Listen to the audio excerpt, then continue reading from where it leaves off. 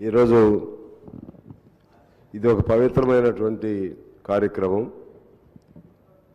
ఈ దేశానికి ఎంతో సేవ చేసి దేశానికి గతి గమనాన్ని నేర్పినటువంటి ఇవాళ ప్రపంచంలోనే 5 అడ్వాన్స్డ్ ఫుల్లీ డెవలప్డ్ కంట్రీస్లో మన భారతదేశం ఒకటిగా చేరటంలో ప్రధాన భూమికి పోషించినటువంటి పెద్దలు, గౌరవనీయులు, స్థితప్రజ్ఞులు శ్రీ మన్మోహన్ సింగ్ గారికి నివాళి అర్పించేటువంటి కార్యక్రమం.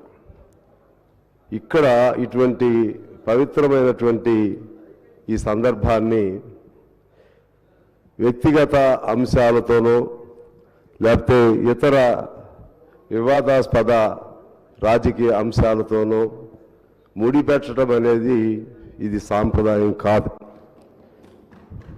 వాజ్పేయి గారు లాంటి వాళ్ళైనా లేకుంటే ఇంకా పెద్ద స్థాయిలో ఉన్నటువంటి వాళ్ళైనా సరే, జాతీయ స్థాయిలో ఉన్నవాళ్ళైనా సరే, నాకు తెలిసి ఇటువంటి సంతాప సభల్లో మరొక అంశాన్ని జోడించి మాట్లాడినటువంటి ఘటన నేను ఎక్కడ చూడలేదు.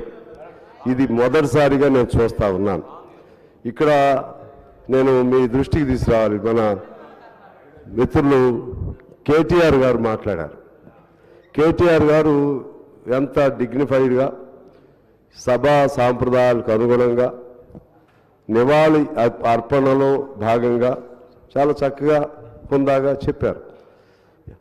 ఈ సభని అంతమేరకు ఉపయోగించుకోవాలి. ఈ సభలో మన గౌరవాన్ని చాటాలి. వేరే వేరు అంశాల జోలికి మనం వెళితే ఇది మన్మోహన్ సింగ్ గారికి నివాళి అర్పించే కార్యక్రమం కాదు. రాజకీయాలకు మరలా దీన్ని కూడా వేదికగా చేసుకునేటువంటి ఒక కార్యక్రమం అవుతుంది.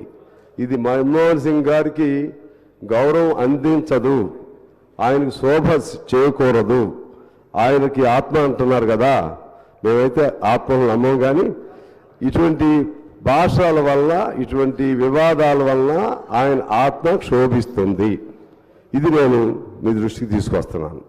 ఈనాడే కాదు, మరి ఏనాడైనా సరే ఇటువంటి నివాళి అర్పణ కార్యక్రమంలో ఒక సాంప్రదాయాల్ని, అలాగే పరమపదించినటువంటి ఒక మహోన్నత వ్యక్తి గురించి ఆయనలో ఉన్న గొప్పతనాన్ని మనం చెప్పాలి తప్పితే, ఒకవేళ పొరపాటున ఆయనలో లోపాలు ఏదైనా ఉన్నా సరే అటువంటి వాటిని కూడా ప్రస్తావన చేయకూడదు. అనేక వేదికలు బయట ఉంటాయి, ఆ వేదికల మీద మనం మాట్లాడుకోవచ్చు.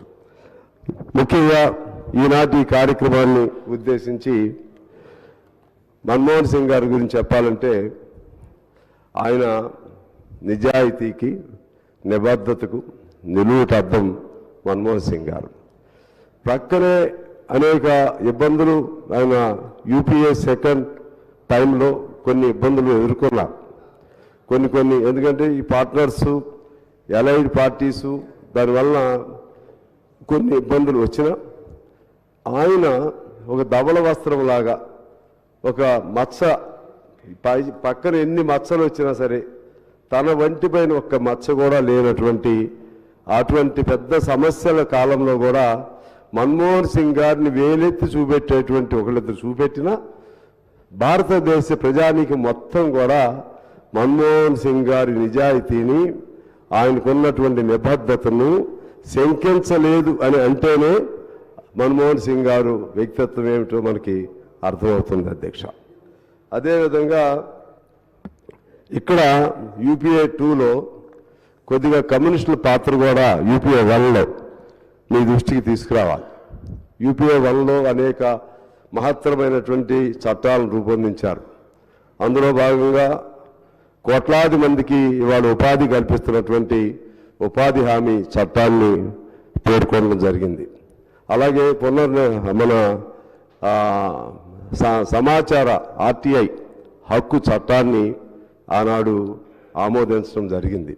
అదేవిధంగా భూ నిర్వాసితుల సంబంధించినటువంటి ఒక గొప్ప చట్టాన్ని కూడా తీసుకురావడం జరిగింది. అదే సమయంలో అటవీ హక్కులకు సంబంధించి పోడు భూములు సాగు చేసుకుంటున్న వాళ్ళకు సంబంధించినటువంటి ఒక గొప్ప చట్టాన్ని కూడా తీసుకురావటం జరిగింది.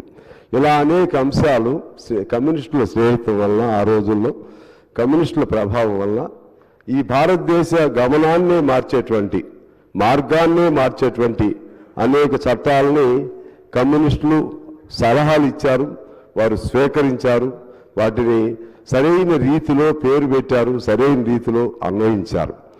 ఆ క్రమంలోనే నేను ఇవాళ ఆ కమిటీ డ్రాఫ్టింగ్, ఉపాధి చట్టం డ్రాఫ్టింగ్లో సీతారాం యేచూరి గారు ఉన్నారు, అలాగే గురుదాస్ దాస్ గుప్తా గారు ఉన్నారు, సురవరం సుధాకర్ రెడ్డి గారు కూడా ఉన్నారు.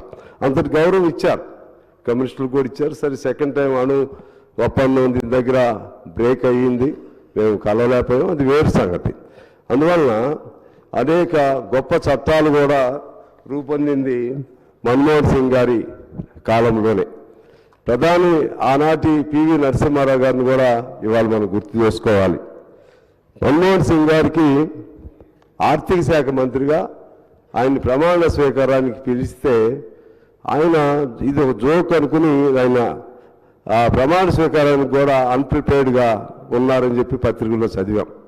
అంటే మన్మోహన్ సింగ్ గారిలో ఉన్నటువంటి విఘ్నతను, ఆయనలో ఉన్నటువంటి జిజ్ఞాసను, ఆయనలో ఉన్నటువంటి అంకిత భావాన్ని, ఆయనలో ఉన్నటువంటి ఈ దేశానికి సంబంధించినటువంటి ఆర్థిక విశ్లేషణ, ఇవన్నిటినీ పివి నరసింహారావు గారు ఎలా అర్థం చేసుకున్నారో చాలా గొప్ప విషయం.